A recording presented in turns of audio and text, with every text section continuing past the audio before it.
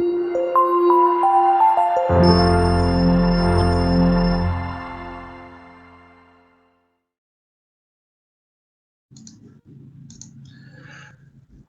दोस्तों, CGPSC dream academy में आप सभी का स्वागत है।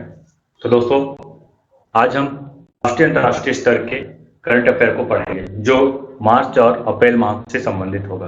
दोस्तों, इससे पहले जनवरी और फरवरी माह के करंट अफेयर का वीडियो हमने अपने YouTube channel CGPSC dream academy पे डाल दिए हैं, तो आप चाहे तो वहां से भी जाकर देख सकते हैं। दोस्तों, यह प्रश्न या समसामयिक प्रश्न जो है हमारे आने वाले आगामी प्रश्न जैसे फूड इंस्पेक्टर, सीजीपीएससी प्री और भी अन्य व्यापम और पीएससी के होने वाले परीक्षाओं में बहुत ही महत्वपूर्ण साबित होगा। दोस्तों, इसे आप बहुत ध्यानपूर्वक समझिएगा। आशा करता हूँ आपको ये वीडियो पसंद आएगा। चलिए शुरू करते हैं। पहला क्वेश्चन, क्वाड संगठन में शामिल सदस्य देश नहीं है। तो देखिए, सबसे पहले तो हम समझ लेते हैं कि क्वाड है क्या। तो देखिए, क्वाड जो है क्वाड्रिलेटरल सिक्योरिटी डायलॉग होता है। यदि हम क्वाड की फुल फॉर्म की बात करते हैं, तो क्वाड्रिलेटरल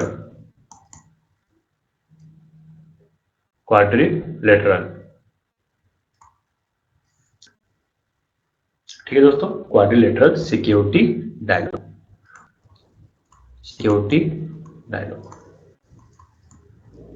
ठीक है, या इसे हम हिंदी में बोले तो चतुर्भुज सुरक्षा संवाद बोला जाता है। क्या बोला जाता है? चतुर्भुज सुरक्षा संवाद। ठीक है दोस्तों, तो क्वाड्रिलेटरल सिक्योरिटी डायलॉग या क्वाड संगठन में शामिल सदस्य देश नहीं है। देखिए समझिएगा, इसमें कुल 4 देश शामिल है। ठीक है, और इसी 4 देश जैसे यहाँ है ना, जो 4 देश है उसमें भारत, अमेरिका, जापान तथा ठीक है, भारत, अमेरिका, जापान तथा ऑस्ट्रेलिया है। देखिए, यहाँ पे है भारत, ठीक है, इधर है अमेरिका, यहाँ पास है ऑस्ट्रेलिया और यहाँ पास है जापान। तो इस तरह से ये चतुर्भुज का निर्माण करता है। ठीक है दोस्तों, इसलिए इसका नाम भी पड़ गया है क्वाड्रिलेटरल सिक्योरिटी डायलॉग, यानी कि चतुर्भुज सुरक्षा संवाद। इस संगठन का जो स्थापना है, यदि हम इसकी स्थापना की बात करते हैं, ध्यान रखिएगा, इसकी स्थापना जो है दोस्तों औपचारिक राजनीतिक वार्ता के लिए किया गया है ना। औपचारिक राजनीतिक वार्ता के लिए किया गया, एक प्रकार का राजनीतिक मंच है। ठीक है, एक प्रकार का राजनीतिक मंच है जिसके 2007 में है, ध्यान रखिएगा, 2007 में जो तत्कालीन जापान के तत्कालीन प्रधानमंत्री शिंजो आबे और मनमोहन सिंह के द्वारा इसकी गठन का प्रस्तावना रखा गया था। और 2008 में भारत और ऑस्ट्रेलिया खुद इस संगठन से बाहर निकल गए थे। ठीक है दोस्तों, तो अब इतने लंबे समय बाद है ना, इतने लंबे समय बाद 2021 में पहली बार इन चारों देशों द्वारा, ठीक है, इसकी ठीक है, 2021 में 4 देशों द्वारा एक नए सिरे से इसकी स्थापना का प्रावधान किया गया है। ठीक, तो ध्यान रखिएगा कि क्वाड में शामिल जो सदस्य देश हैं, भारत है, अमेरिका है, जापान है और ऑस्ट्रेलिया है। 12 मार्च 2021 को, ध्यान रखिएगा, 12 मार्च 2021 को वर्चुअल माध्यम से इसका वार्ता हुआ है। ठीक है, चलिए आगे देखते हैं। ये पढ़ लीजिए दोस्तों, है ना, क्वाड नेटवर्क की पहली बैठक 12 मार्च 2021 को भी, ठीक है, 14 साल की तक औपचारिक सुरक्षा संवाद का यह औपचारिक ग्रुप के रूप में स्थापित हो गया है। ध्यान रखिएगा, अभी जो संवाद हुआ है उसमें artificial intelligence, trade agreement, technology और सुरक्षा सहित कई देशों में बड़े समझौते की संभावना हुआ है। चलिए आगे देखते हैं। क्वेश्चन नंबर 2, निम्नलिखित कथनों पर विचार कीजिए। 2020 का गांधी शांति पुरस्कार शेख मुजीबुर रहमान को दिया गया है। ध्यान रखिएगा, गांधी शांति पुरस्कार किसे दिया गया? शेख मुजीबुर रहमान को दिया गया है। ऑप्शन हम दूसरा जो कथन है 2019 में गांधी शांति पुरस्कार सुल्तान कबूल बिन सईद अल सईद को दिया गया है और यह पुरस्कार केंद्र सरकार द्वारा 1990 से प्रदान किया जा रहा है। तो दोस्तों बताइए इसका उत्तर क्या होना चाहिए। देखिए 2020 का गांधी शांति पुरस्कार जो है शेख मुजीबुर रहमान को दिया गया, ये सही है।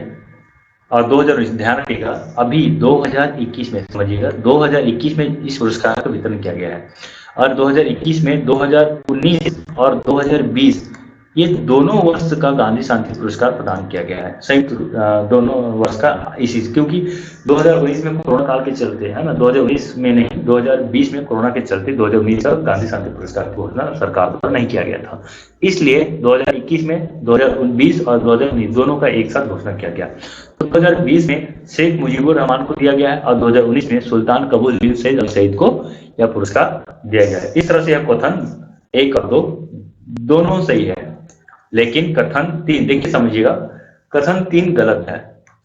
सबसे पहले हम समझते गांधी शांति पुरस्कार क्या होता है। देखिए गांधी शांति पुरस्कार, तो जो गांधी शांति पुरस्कार जो है अहिंसा के क्षेत्र में दिया जाता है। किस क्षेत्र में दिया जाता है? अहिंसा के क्षेत्र में दिया जाता है, अहिंसा के क्षेत्र में दिया जाता है ऐसे व्यक्तियों को, ठीक है, अहिंसा के क्षेत्र में ऐसे व्यक्तियों को दिया जाता है जो सामाजिक, आर्थिक और राजनीतिक दृष्टि से विकास का कार्य करे, ठीक है, अहिंसा की दृष्टि से, ध्यान रखिएगा। तो अहिंसा की दृष्टि से तो गांधी शांति पुरस्कार जो है केंद्र सरकार द्वारा 1995 से, कब से दिया जा रहा है? 1995 से केंद्र सरकार द्वारा दिया जा रहा है, जो महात्मा गांधी के 125वीं है ना, महात्मा गांधी की 125वीं जयंती से लगातार यह पुरस्कार दिया जा रहा है। तो ध्यान रखिएगा दोस्तों। चलिए यदि हम अगला क्वेश्चन देखें, 67वां राष्ट्रीय फिल्म पुरस्कार के लिए बेस्ट फीचर फिल्म के लिए किसे चुना गया है? Best feature film. तो 67वां राष्ट्रीय पुरस्कार जो है केंद्र सरकार द्वारा जारी किया जाता है सूचना और प्रसारण मंत्रालय द्वारा। तो 67वां राष्ट्रीय फिल्म पुरस्कार में जो बेस्ट फीचर फिल्म है वो मरक्कर को प्रदान किया गया है, ठीक है, ये मलयालम मूवी है, ठीक है दोस्तों, मलयालम। और यदि हम छिछोरे का बुलंद मेज की बात करें तो देखिए छिछोरे जो है ये Hindi film, best Hindi film के रूप में इसे पुरस्कार प्रदान किया गया है, 67वां राष्ट्रीय फिल्म पुरस्कार प्रदान किया गया। अब बुलंद मेज जो कि छत्तीसगढ़ी फिल्म है, ठीक है, छत्तीसगढ़ी क्या है? छत्तीसगढ़ी फिल्म है। तो छत्तीसगढ़ी फिल्म बुलंद मेज को क्षेत्रीय सिनेमा, क्षेत्रीय भाषा में या क्षेत्रीय सिनेमा कैटेगरी में पुरस्कार प्रदान किया गया है। तो इस चीज को ध्यान रखिएगा। और छत्तीसगढ़ सरकार द्वारा बुलंद मेज फिल्म को, ठीक है, छत्तीसगढ़ की जो फिल्म नीति है उसके तहत 1 करोड़ रुपये प्रदान किया जा रहा है। चलिए आगे देखते हैं दोस्तों। मैं ये सब चीजें नहीं पढ़ रहा हूँ, यदि आपको ये सब चीज जानना है तो आप हमारे Telegram channel CGPSC dream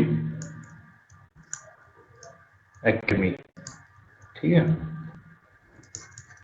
search कीजिए टेलीग्राम में, आप एक चैनल ज्वाइन कर लीजिए, वहाँ आपको इसका PDF मिल जाएगा। तो PDF प्राप्त करने के लिए आप टेलीग्राम चैनल पर जाइए।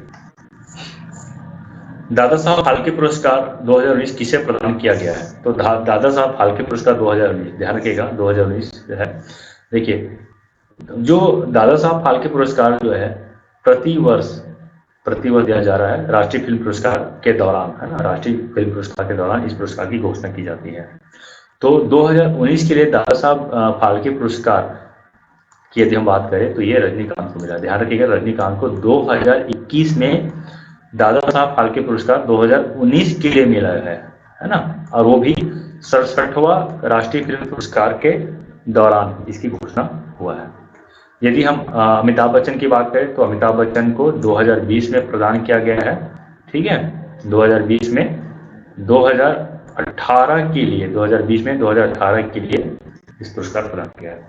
यदि हम दादा साहब फाल्के पुरस्कार की बात करते हैं तो देखिए दादा साहब फाल्के पुरस्कार जो है ठीक है, फिल्म जगत का सर्वश्रेष्ठ पुरस्कार है। ठीक है, फिल्म जगत का क्या है, फिल्म जगत का सर्वश्रेष्ठ पुरस्कार है।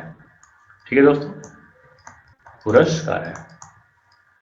चलिए, यदि हम इसके दूसरे पॉइंट की हम बात करते हैं कि इस पुरस्कार को 1969 से प्रतिवर्ष 1969 से प्रतिवर्ष सूचना एवं प्रसारण मंत्रालय द्वारा प्रदान किया जा रहा है। सूचना एवं प्रसारण मंत्रालय द्वारा प्रदान किया जा रहा है। ठीक है, अब तक कुल 51 लोगों को यह पुरस्कार प्रदान किया गया है। ठीक है, और जो विजेता है, विजेता को स्वर्ण कमल साल और 10 लाख रुपए। ठीक है, और 10 लाख रुपए प्रदान किया जाता है।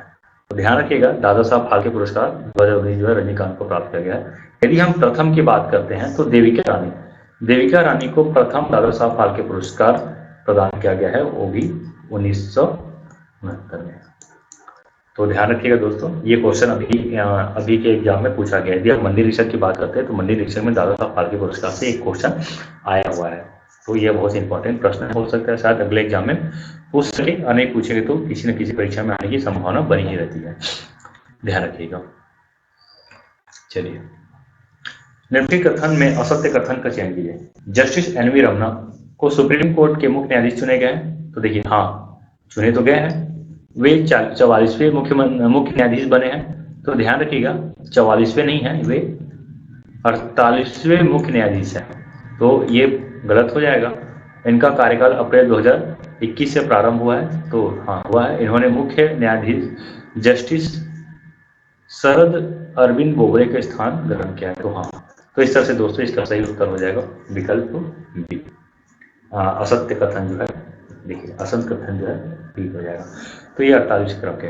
दोस्तों ध्यान रखिएगा, यदि हम सुप्रीम कोर्ट की बात करते हैं तो आप जैसे कि आप जान रहे हैं कि हाल ही में 9 चीफ जस्टिस को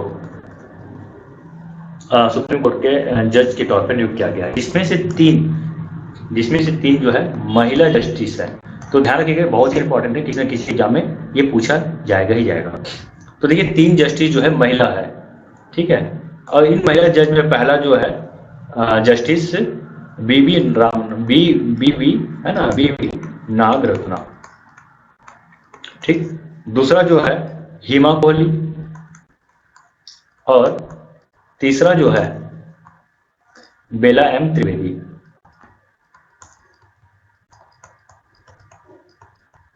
ठीक है दोस्तों, तो ध्यान रखिएगा, यह संभावना व्यक्त किया जा रहा है कि बीबी नागरत्ना जो है 2027 में मुख्य न्यायाधीश होगी, देश के मुख्य न्यायाधीश बनेगी। तो हो सकता है इनमें से क्वेश्चन पूछा जाए कि किसकी संभावना व्यक्त किया जा रहा है। तो ध्यान रखिएगा, बीबी नागरत्ना का नाम बहुत ही इंपॉर्टेंट है, बीबी नागरत्ना, इसे आप ध्यान रखिएगा। चलिए, अगला देखते हैं। फोर्ब्स सूची 2021 में किसे दुनिया की सबसे अमीर व्यक्ति की सूची में प्रथम स्थान हासिल है। ध्यान रखिएगा, फोर्ब्स जो है अमेरिकी संस्थान द्वारा जारी किया जाता है, जो देश के जो सबसे अमीर व्यक्ति है उसकी एक लिस्ट जारी होती है, टॉप 100 है ना, टॉप 100 अमीरों की लिस्ट जारी होती है। इन अमीरों में सबसे जो प्रथम स्थान पर है, ध्यान रखिएगा, प्रथम स्थान पर जो है वो है जेफ बेजोस। कौन है दोस्तों? Jeff Bezos. और दूसरे स्थान पर यदि हम बात करें तो एलन मस्क है। तीसरे स्थान पर यदि हम बात करें तो तीसरे स्थान पर जो है वो टाइकून बर्नार्ड अर्नल्ट है ना, टाइकून बर्नार्ड है। और चौथा नंबर पे यदि हम बात करें तो चौथा नंबर पे है बिल गेट्स। तो इस तरह से इसका उत्तर प्रथम हासिल किसने किया? प्रथम स्थान हासिल करने वाले जेफ बेजोस हैं। जेफ बेजोस यदि हम संपत्ति की बात करते हैं तो इनका कुल संपत्ति है 177 बिलियन डॉलर। तो ध्यान रखिएगा दोस्तों। और यदि हम कुछ और एक्स्ट्रा जानकारी की बात करते हैं तो जेफ बेजोस के बारे में एक चीज और बता दे रहा हूँ कि ये जो है अमेजन के क्या है, सीईओ है, अमेजन के सीईओ है। साथ ही साथ जो ब्लू ओरिजिन जो कंपनी है, ब्लू ओरिजिन एक प्रकार के अंतरिक्ष एजेंसी है ना, ब्लू ओरिजिन। अंतरिक्ष एजेंसी है। तो ये इनके सीईओ भी हैं। एलन मस्क की हम बात कर रहे हैं तो एलन मस्क जो है टेस्ला के संस्थापक है, सह संस्थापक है टेस्ला। और यदि हम इसकी बात करें तो स्पेस एक्स, इसका भी एक स्पेस एजेंसी है स्पेस एक्स। और भी हम इसके बारे में जाने तो हाल ही में इसे टाइम के कवर पे, टाइम्स मैगजीन जो है ना, टाइम्स मैगजीन के कवर पेज में इसको स्थान प्रदान किया गया। माइक्रोसॉफ्ट के संस्थापक हैं, सह संस्थापक बिल गेट्स। तो इस तरह से चीज़ों को ध्यान में रखिएगा। जैकमा की बात करते हैं तो देखिए जैकमा जो है अली बाबा के संस्थापक है, ये चीनी कंपनी है। ठीक है, चलिए हाल ही में किसे मुख्य चुनाव आयुक्त चुना गया है? तो हाल ही में जो है मुख्य चुनाव आयुक्त, तो देखिए मुख्य चुनाव आयुक्त क्या होते हैं? तो मुख्य चुनाव आयुक्त जो है चुनाव से संबंधित, देश में होने वाले चुनाव। कैसे चुनाव? तो लोकसभा चुनाव है, विधानसभा चुनाव है, ठीक, राष्ट्रपति चुनाव है, उपराष्ट्रपति चुनाव है, ठीक, राज्यसभा के चुनाव है। तो ये सब चुनाव जो है मुख्य चुनाव आयुक्त द्वारा चुनाव आयोग के कार्य में आते हैं। अब मुख्य चुनाव आयुक्त के तौर पे सुशील चंद्रा को नियुक्त किया गया है, तो ध्यान रखिएगा। चलिए यदि हम सुनील अरोड़ा की बात करते हैं तो देखिएगा सुनील अरोड़ा जो है मुख्य चुनाव आयुक्त थे, है ना। यदि सुशील चंद्रा के पहले की बात करते हैं तो सुशील चंद्रा के पहले जो है ये पूर्व चुनाव आयुक्त है ना, पूर्व मुख्य चुनाव, ध्यान रखिएगा पूर्व मुख्य चुनाव आयुक्त है। ठीक है दोस्तों, सुशील चंद्रा की बात करें तो सुशील चंद्रा जी जो है वो 24वां क्रम के हैं और ये जो है 23वां क्रम के थे। क्लियर है। पीयूष गोयल की बात करें तो देखिए पीयूष गोयल जो है ना राज्यसभा में सदन के नेता है। ठीक है, पीयूष गोयल जो है, ठीक है, पीयूष गोयल जी जो है राज्यसभा में सदन के नेता है। ठीक है, यदि हम इससे पहले की बात करें तो इससे पहले जो राज्यसभा में सदन के नेता जो थे वो थावरचंद गहलोत थे। कौन थे? थावरचंद गहलोत।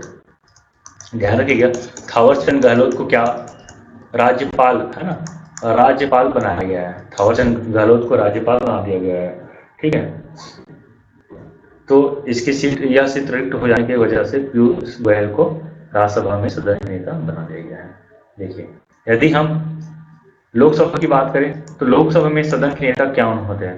तो लोकसभा में सदन के नेता जो होते हैं वो प्रधानमंत्री होते हैं और प्रधानमंत्री की सिफारिश पर उप नेता बनाया जाता है। ध्यान रखिएगा इस चीज को। चलिए अगला हम देखते हैं, सत्य कथन को चुनिए। आहार क्रांति मिशन का प्रारंभ कुपोषण को दूर करने हेतु लाया गया है। इस मिशन से गरीबी निवारण किया जा रहा है। इस क्रांति का उद्देश्य स्थानीय रूप से सुलभ पौष्टिक भोजन फलों के बारे में जागरूकता फैलाना है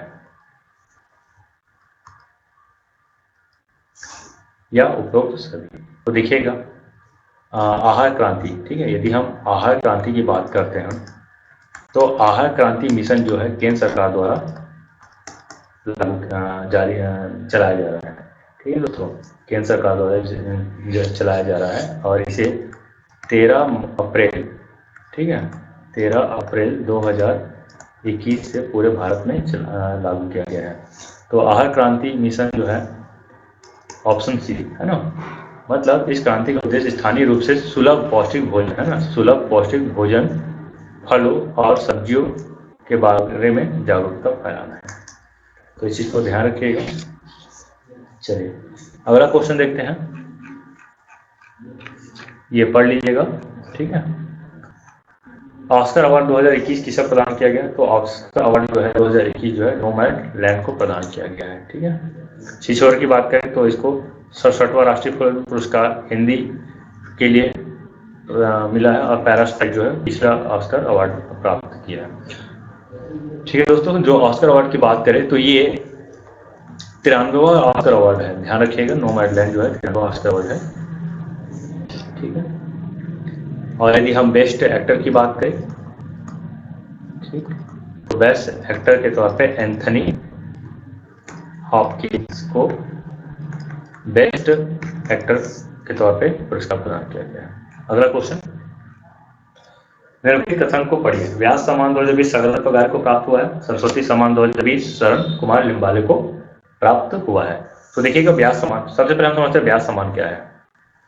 तो यदि हम व्यास सम्मान की बात करते हैं या सरस्वती सम्मान की बात करते हैं, तो देखिए दोनों ही पुरस्कार को, ठीक है, के बिरला फाउंडेशन द्वारा प्रदान किया जाता है। ठीक है दोस्तों, ध्यान रखिएगा, के बिरला फाउंडेशन द्वारा प्रदान किया जाता है। यदि हम 2020 के व्यास सम्मान की बात करें, तो 2020 के व्यास सम्मान जो है शरद पगारे को मिला है। किसे मिला है? शरद पगारे को मिला है। और जो शरद पगारे की जो रचना है, तो इसे इसकी रचना पाटलिपुत्र की साम्राज्ञी के लिए मिला है। किस लिए मिला है? पाटलिपुत्र के साम्राज्ञी के लिए यह पुरस्कार मिला है। और यदि हम सरस्वती पुरस्कार की बात करते हैं, तो सरस्वती पुरस्कार जो है, यह सरस्वती सम्मान जो है 2020 शरण कुमार लिम्बाले को सनातन रचना के लिए मिला। सनातन जो साहित्य है उसके रचना के लिए मिला है। ठीक है, रचना जो है, यदि हम इसकी रचना की बात करते हैं तो इसकी रचना है सनातन। तो ध्यान रखिएगा इस चीज को। और यदि हम देखिए, अभी एक नवीन जो है 2000 व्यास सम्मान जो है 2021 भी प्रदान किया जा चुका है। तो व्यास सम्मान 2021 है ना, ध्यान रखिएगा, व्यास सम्मान 2020 जो है ये 30वां नंबर के हैं, है ना। और ये सरस्वती सम्मान 2020 भी 30वां नंबर के हैं। लेकिन अभी जो है 31वां नंबर का व्यास सम्मान प्रदान किया जा चुका है, और ये है असगर वजाहत, है ना। ध्यान रखिएगा, असगर वजाहत को, ठीक है, 2021 में 31वां व्यास सम्मान पुरस्कार प्रदान किया गया है। और इनकी जो रचना है वो है महाबली। ध्यान रखिएगा, बहुत ही इंपॉर्टेंट है इसकी रचना। तो ये हो सकता है इस बार आने वाले एग्जाम में ये प्रश्न पूछा जा सके, तो इसे आप ध्यान में रखिएगा। तो दोस्तों, इसी के साथ हमारा ये करंट अफेयर का सेशन समाप्त होता है। आशा करता हूँ आप सभी को यह वीडियो पसंद आया होगा। दोस्तों, आपको किसी भी प्रकार की कोई क्वेरी है तो आप प्लीज़ कमेंट सेक्शन पे आप कमेंट्स कीजिए। दोस्तों, यदि आपको इस वीडियो को, यह वीडियो आपको पसंद आता है तो वीडियो को आप प्लीज़ लाइक कीजिए, हमारे चैनल CGPSC ड्रीम एकेडमी को सब्सक्राइब कीजिए और ज़्यादा से ज़्यादा लोगों को शेयर कीजिए, ताकि ये चैनल अधिक से अधिक लोगों तक पहुँच सके। ठीक है दोस्तों, यदि आपको इसकी PDF चाहिए तो हमारे Telegram channel CGPSC dream academy में आप विजिट कीजिए, वहाँ आपको इसका PDF मिल जाएगा। उम्मीद करता हूँ दोस्तों आपको यह वीडियो पसंद आया होगा। तो चलिए वीडियो को यहीं पे समाप्त करते हैं। जय हिंद, जय छत्तीसगढ़।